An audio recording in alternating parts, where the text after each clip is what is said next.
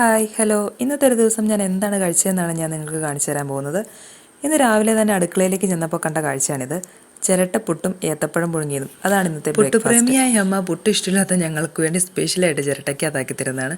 എന്താണെന്നറിയത്തില്ല, അങ്ങനെ കഴിക്കുമ്പോൾ പ്രത്യേകിച്ച് ഒരു ടേസ്റ്റും ഉണ്ട് കേട്ടോ. നല്ല ലുക്കും ഉണ്ട്, നല്ല ടേസ്റ്റും. ഏത്തപ്പഴം പുഴുങ്ങിയതും പഞ്ചസാരയും കുറച്ച് പാലും വെള്ളവും കൂട്ടി പുട്ട് കഴിച്ചു. ഒരു പരിധിക്കുള്ളിൽ കഴിക്കാൻ പറ്റിയില്ല, സംഭവം പുട്ട്. എനിക്ക് ഈ പുട്ട് പഴം കോമ്പിനേഷനേക്കാൾ ഇഷ്ടം പുട്ട് കറി കൂട്ടി കഴിക്കാൻ കേട്ടോ. കുറച്ച് കഴിച്ചുകൊണ്ട് തന്നെ 10-11 മണിയായപ്പോൾ നന്നായി വിശന്നു. അതുകൊണ്ട് കുറച്ച് നൂഡിൽസ് ആക്കി കഴിച്ചു.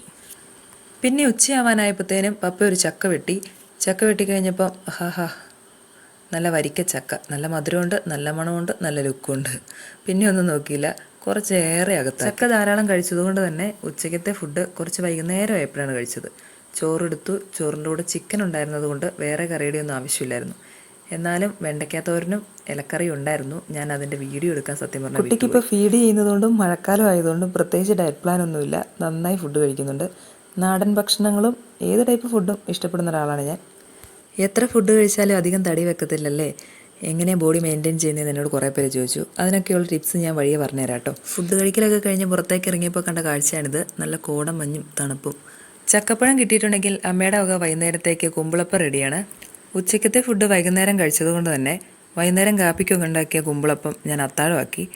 എന്തായാലും അതൊക്കെ കഴിച്ച് ഇത്തരം വീഡിയോസ് ഇഷ്ടപ്പെടുന്നുണ്ടെങ്കിൽ ചാനൽ സബ്സ്ക്രൈബ് ചെയ്യാനും വീഡിയോയ്ക്ക് ലൈക്ക് ചെയ്യാനും മറക്കല്ലേ. Okay, thank